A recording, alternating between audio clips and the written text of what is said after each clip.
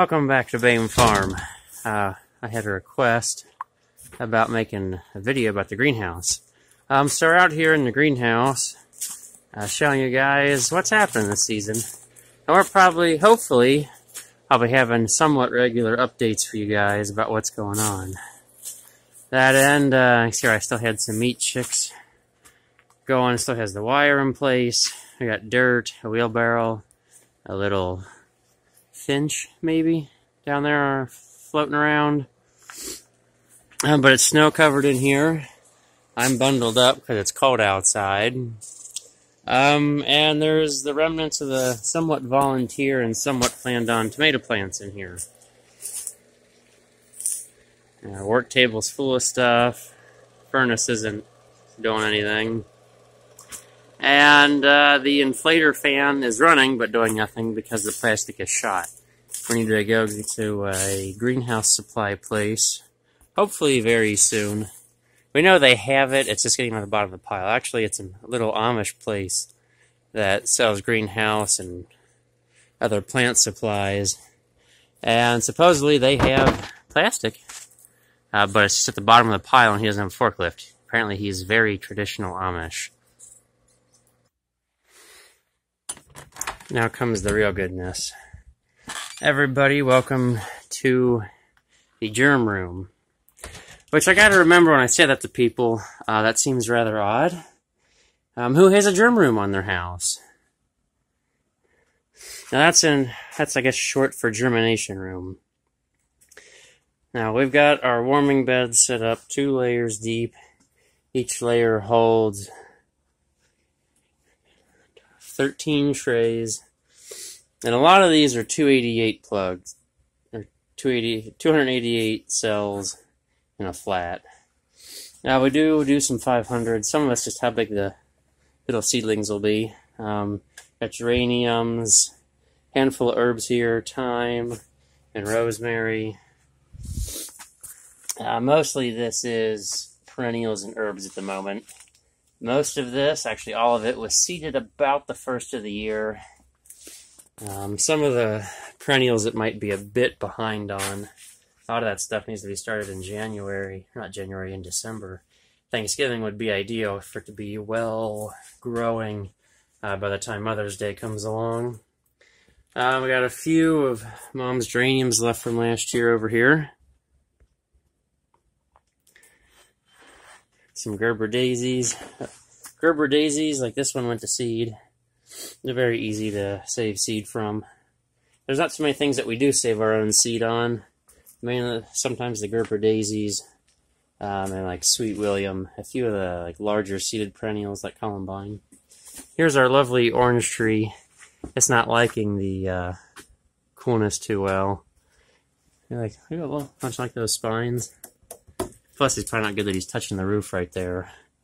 This poor thing's died off and come back 2 or 3 times. The germ room just doesn't keep a good, steady temperature for them.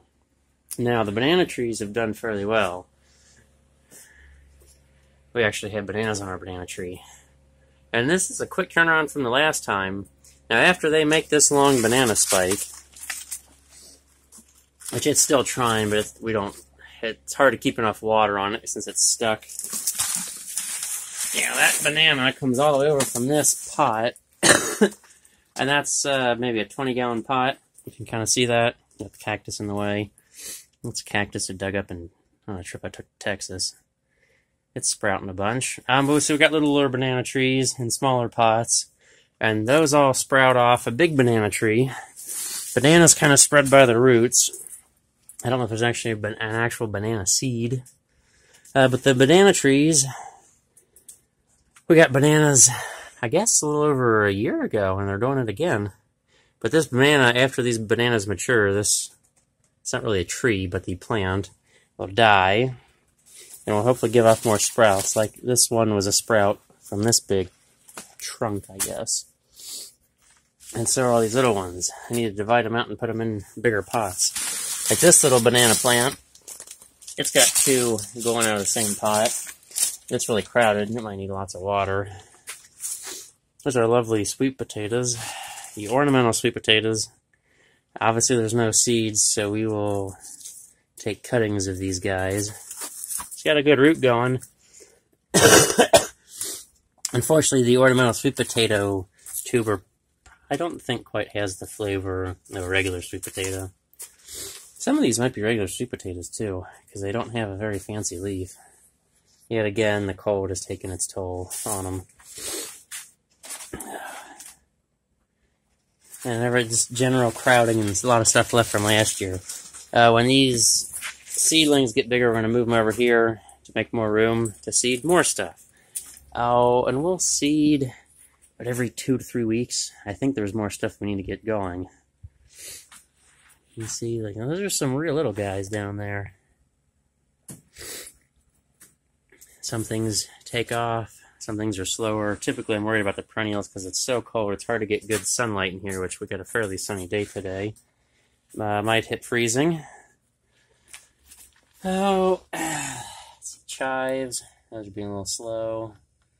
Parsley's taking off. Let's see, right in front of us, a plant called Mimulus. Little seedling, but it loves the cold. We kind of grow it instead of a pansy because it grows faster than a pansy and still likes the cold. So that's a good early season flower. Gazania, that'll do really well in full sun. Surprisingly, we have to start them so early. Most of the annuals aren't such a long season. Now, yeah, these are begonias. Just the fibrous begonias, and man, these things... You see how tiny each one of those little seedlings are?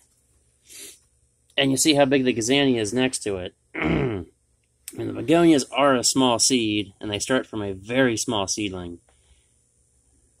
Now, it looks like we've got a fairly solid germination rate on them. We got at least 80%.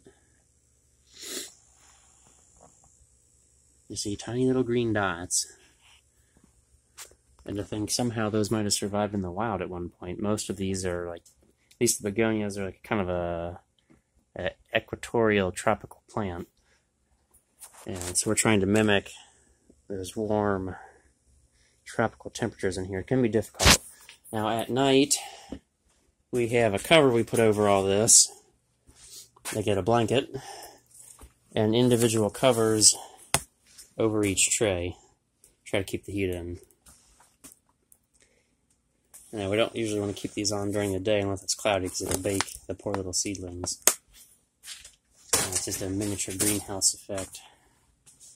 A few of them are starting to dry out a little bit. When they're this small, I gotta make sure I got enough water. I don't want them to run dry. That can be very bad.